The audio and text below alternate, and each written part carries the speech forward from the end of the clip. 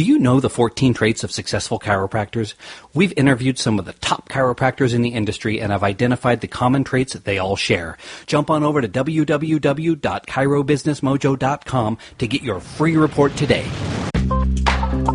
Welcome to the Chiro Business Mojo podcast, where we deconstruct the methods, marketing, and mindset of successful business people and chiropractors from around the world. And now your host, Dr. Richard Day. Yes, I am Dr. Richard Day, and this is the Chiro Business Mojo podcast. Thanks so much for joining us once again. Well, by now, you've probably heard of the unfortunate passing of the model Katie May and the possible link between her untimely death and chiropractic. Today, joining us on the show is Dr. Shoshany, who holds a doctorate degree from Life University and is currently the clinic director of chiropractic in New York. He's been a guest on the Dr. Oz show 9 times and most recently appeared to discuss the unfortunate death of Katie May and any role that chiropractic may have played in her demise. Welcome, Dr. Shoshany. Hi there. Briefly give us an overview of your journey as a chiropractor. I've been practicing for over 20 years in Manhattan specifically. It's been awesome. I'm still in practice, and I work 4 to 5 days a week. As far as my journey, I went to Life Chiropractic and graduated in 1996, and it's been busy ever since, so it's been fun. So what made you decide to get into chiropractic to begin with? I had really bad irritable bowel syndrome as a kid and went through the medical model of taking pills and doing barium enemas and doing the whole medical route. A buddy of mine recommended I visit his chiropractor, and he's an old Italian guy, and, checked my back out, did a couple of adjustments, and, I felt better. So I was pretty blown away by the results, and I decided to become a chiropractor as a result of that experience. Wow. That's a great story. And it's not an altogether uncommon story in chiropractic. I think a lot of us have something similar like that, and that's what really got us going on the path we're on today. The main reason we wanted to have you on the show, we definitely want to talk about the business things, but what's been in the news recently is the unfortunate, untimely death of Katie May, and that impact it's had on chiropractic as a whole and the questions that patients are coming in with. And you recently were on the Dr. Oz show discussing that situation and the role that chiropractic may have played. So can you tell us about that a little bit? Who were the guests, and how did you fit into that picture?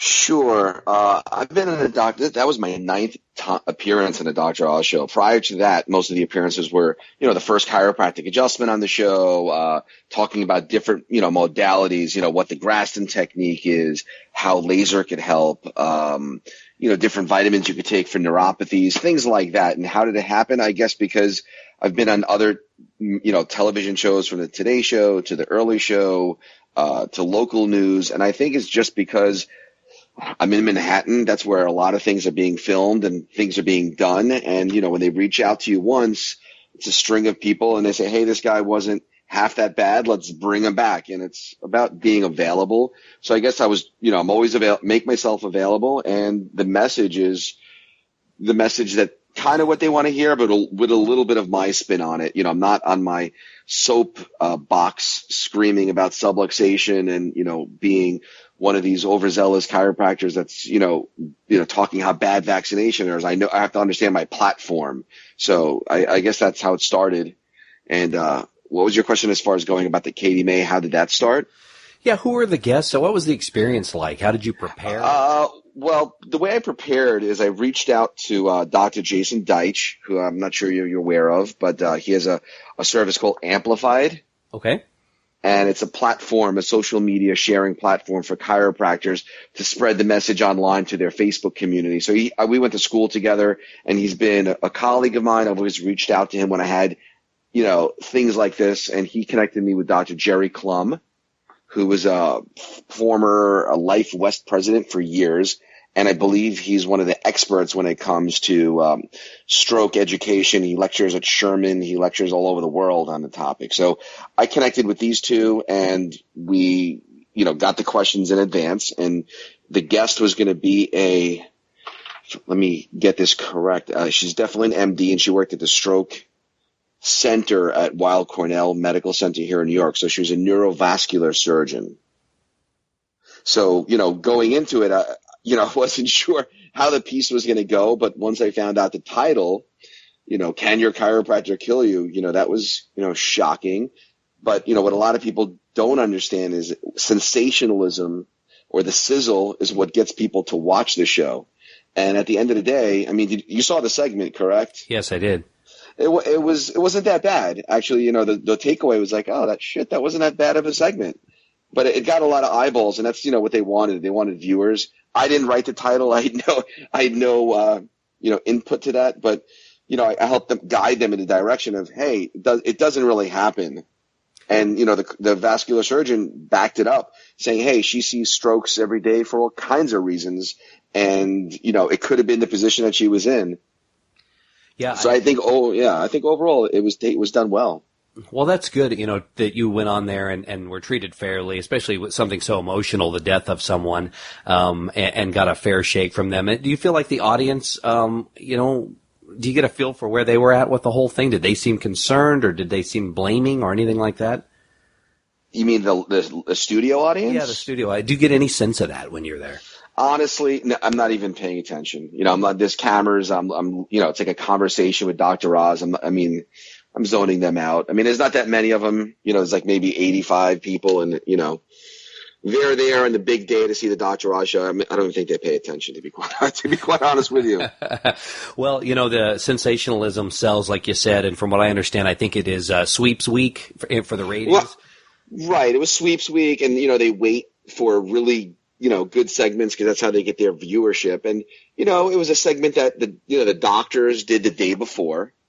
I don't know if you're aware of that. That's have you've heard of that? The doctors? Yeah, I have that. The other show. Yeah, they did the other segment, Can Your Chiropractor Kill You? And they Skyped in a chiropractor, and he gave his point, and they had a couple doctors on it, but they basically said the same thing: chiropractic safe.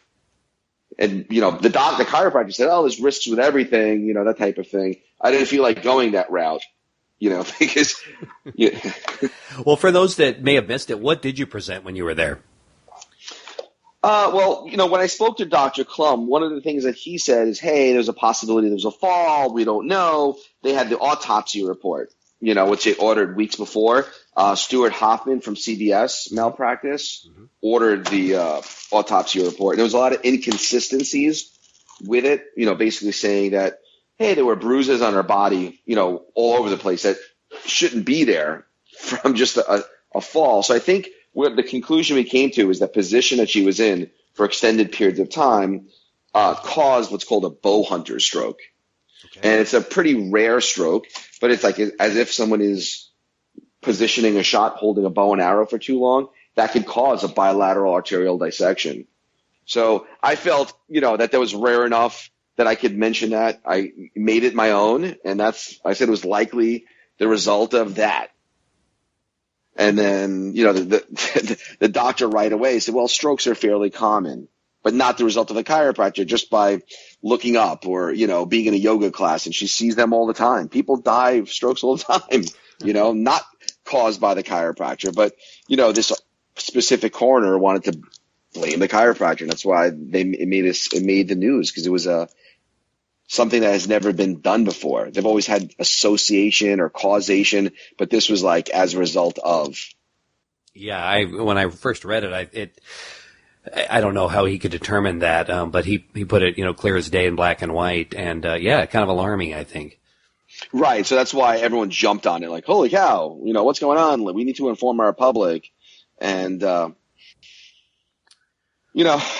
it's pretty easy to defend it. Basically, if chiropractors out there want to defend it, my tool that I didn't get out on the show is, hey, look at the malpractice that we pay. I have $3 million worth of malpractice insurance. It's under $2,000. The woman sitting next to me, who was a neurovascular surgeon, for that same exact coverage, I'm almost positive that's over $150,000 a year. And it's because what they do is risky. People die when you do this, but what we do, people don't die. Quite the opposite. They get better, but shit happens sometimes. So that's why we have malpractice. Well, I have had Dr. Stuart Hoffman on the show before, and I think he's a great resource for stroke information in particular, so I'm glad he had a chance to look over everything related to that. Is there anything else or any other resources you think that chiropractors should check out for stroke, or is he pretty much the go-to guy? I also accessed the American Chiropractic Association and spoke to the president of the American Chiropractic Association, and they seem to be, they're the largest and the most unified in the profession. And, anytime that there's ever chiropractic mentioned in the media, they're usually the resource or the go-to. Dr. Oz actually read a statement from the American Chiropractic Association after we were done discussing, talking about chiropractors are trained to take full detailed history and recognize signs of strokes. So I think the ACA is a great resource. CBS is a great resource, and Dr. Clum's a great resource. Well, I want to shift gears completely, and I want to switch and talk to being successful as a chiropractor and in chiropractic. That is, after all, the focus of this show most of the time. And one of the things I think that you are doing well for the profession is representing it well, and that takes great communication skills. So do you have any advice for how us chiropractors who maybe aren't so good at the communication side of things can improve that? Specifically to patients or in general speaking? Yeah, in general speaking. I think that maybe if we could convey our message better to our patients, whether that's one-on-one or in a patient talk setting, that I think we're going to be able to do better. And not as a profession, and not everyone can do that well. Well, that's a tricky one because, I'm myself when I'm with my patients and I don't follow any scripts. I don't follow any practice management protocol. I'm not trying to close them or sell them on big packages of care. I'm giving them choices. And I think patients, really appreciate that.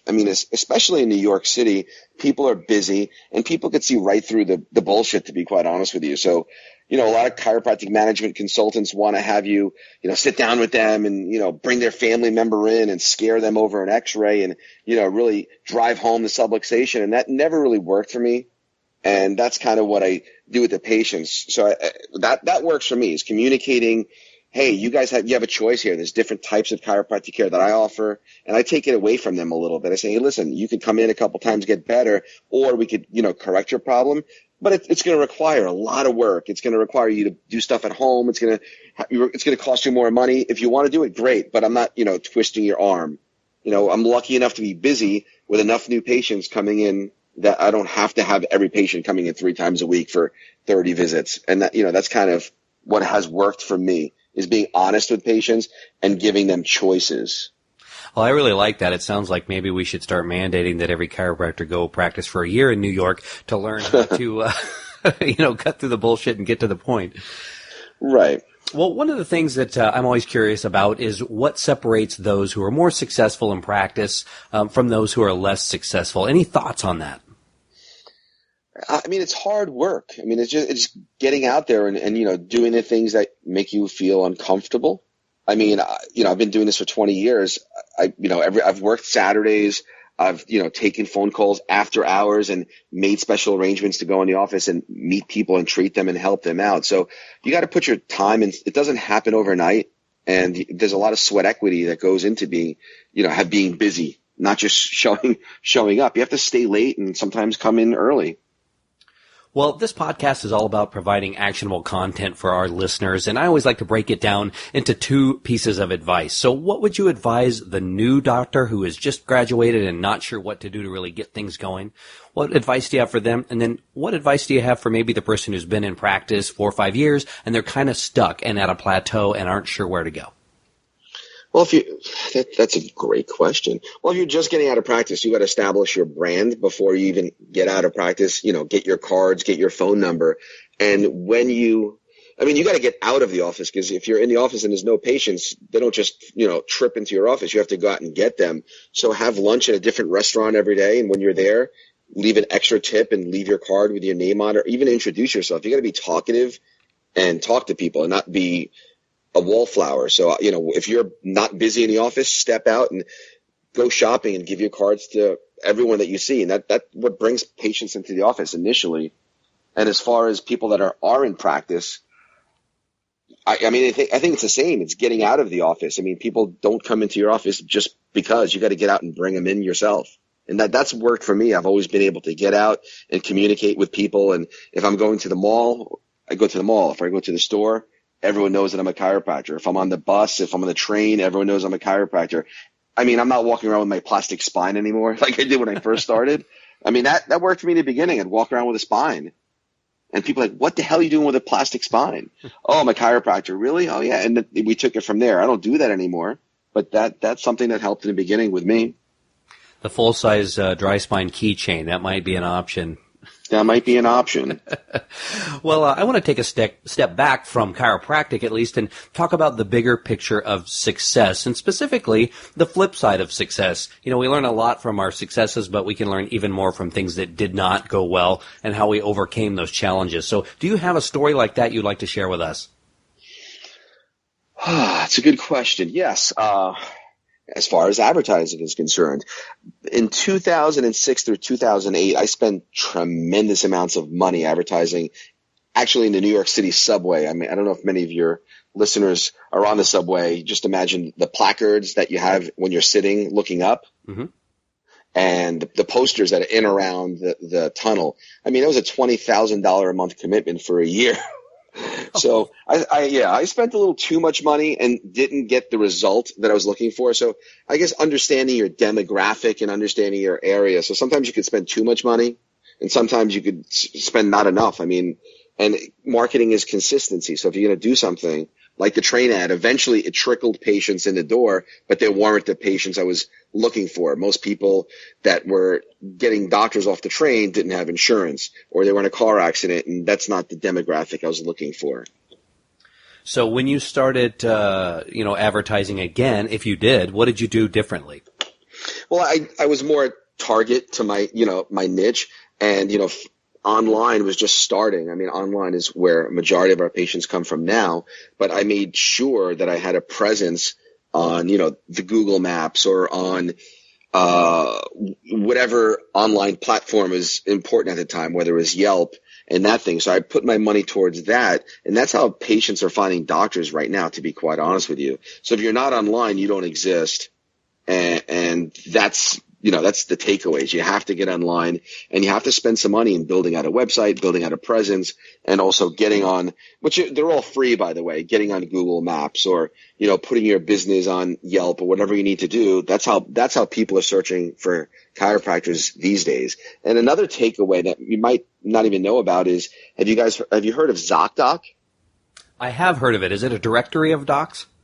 It's basically, it's a directory of docs, but not just chiropractors. It's everything from dentists to primary care physicians to rheumatologists to hospitals, and they're tremendous. They're nationwide. I don't think they're they're only in the U.S., but the millennial people that are looking for doctors are going straight to ZocDoc, and it's about to become a public company. So once it becomes public, I mean, the money they spend is tremendous. So, we pull in anywhere from 5 to 12 patients a week from it. Wow. Maybe more. Sometimes it's 3 a day.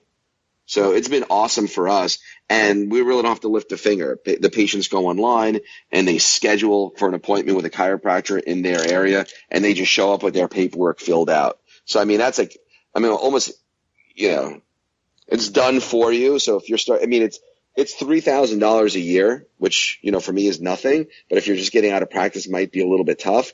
But that's what brings patients in the door.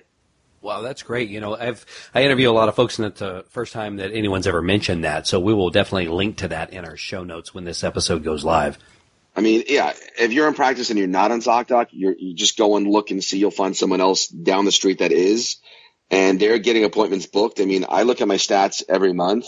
I mean, we're getting 64 new patients a month from being on ZocDoc for $3,000 a year, and that's every month. So I don't get anything out of it to tell you to go to ZocDoc. I'm not getting kickbacks. I don't work for them. It's a pretty awesome service. Well, who are your personal heroes? That's a good question. I think Anthony Robbins helped me out a lot in the beginning for, getting out of school and getting to practice and getting motivated enough to, walk the walk and talk the talk. So that would be one of them. Did you go to any of his seminars or just read his books, or how'd you? I just read his books and listened to his cassettes when cassettes were still around. Yeah, he has got a lot of great information out there, and we have reviewed his Netflix documentary, and a lot of folks have mentioned him as one of the people they look up to. So definitely someone to pay attention to if you aren't already. Yeah, he's the guru. Well, he's not your guru. According to Netflix, he's not your guru. Right, he doesn't want to be your guru anymore. Well, he makes a pretty good living being a guru, but oh yeah. Well, a lot of the folks that come on the show that I talk to have a daily routine and affirmation rituals that they do every day that really help them be successful. Is that anything that you do? Nope, it's not. I mean, I don't do affirmations. I just get up early and, get my day started. Well, that sounds simple. I like it. And, when all else fails, just get up and go. Exactly. Just get up and do it. Well, we are coming towards the end of this interview, but before we let you go, we do have a couple of final thoughts. Do you have a favorite book you'd like to recommend? It can be business, chiropractic, or anything. I like The Art of War. I'm sure I'm not the first person that's mentioned that. Yep. A couple of people have mentioned that one. There's another one that they talk about called The War of Art. Which is a different spin. That one I have not read. Yeah, that one I have not read. I need to pick that up. Well, we'll link to that in the show notes as well. Now, have you ever received, I'm sure you have, business advice? And if so, what's the best business advice you've ever received? That's a good question. Business advice. Yeah, from my accountant when I first started. He said, put everything through the business. That's one of the advantages of having a business, and everything's a business expense. So that's one of the advantages of being self-employed is everything goes through the business and it's a business expense. Yeah, that's funny you say that. I was talking to a student who was getting ready to move, I think, to North Dakota, and he was real bummed. He says, they have one of the highest income tax rates that there are out there, and I'm going to be self-employed. And I said, I don't think you understand how this works because you're going to control how much you make according, and the government's going to look at that and say, oh, okay, if that's what it is, and these are your expenses, then that's what you make. But yeah, it's an important thing to realize. Not everyone can do that. Not everyone can do that. And having your own business, you're like, hey, I'm going to go out to eat every night. That's your advertising is you're talking to the waitress, or I'm going to buy a uniform. That's the clothes you wear every day. I'm going to drive a car. I mean, I'm not an accountant, so, don't take my advice, but, speak to your accountant, because if you set up a PLLC or whatever it is, you can run everything through the business and, decrease your overhead, decrease your tax expenditure and pay less in taxes. Well, normally this is the part where I ask, about you and what's the best way to contact you for people to find out more about what you do. Do you want people to contact you? If not, you don't have to say anything. Well, I have an Instagram account. Okay. It's really easy to find me, Dr. Shoshany on Instagram. I also have a Gmail. Are people using Plus these days or not really? I don't know. I can't get a good feel on it. Some are, some aren't, but I don't think anyone really understands it. Same. I think Instagram and Facebook are both awesome ways to get a hold of somebody. I mean, that's how I reach out to Jason Deitch when I needed him. That's how, Dr. Steven Shoshany on Facebook and Dr. Steven Shoshany on Instagram. It's great when people start following one another, there's a synergy. Sometimes you find referrals. Hey, there's a chiropractor in Florida. Go here. Patients move all the time, and it's good to have a network of chiropractors that you could trust and do similar techniques, and you've actually, know of them. Well, we will link to all of your Facebook connections and you said Instagram, and provide your email contact as well in our show notes page. Dr. Steven Shoshany, thank you so much for being on the show and for representing our profession so well on Dr. Oz on multiple occasions, and I wish you nothing but the best down the line. All right, great. Thank you. Thanks for listening to the Chiro Business Mojo podcast at www.chirobusinessmojo.com.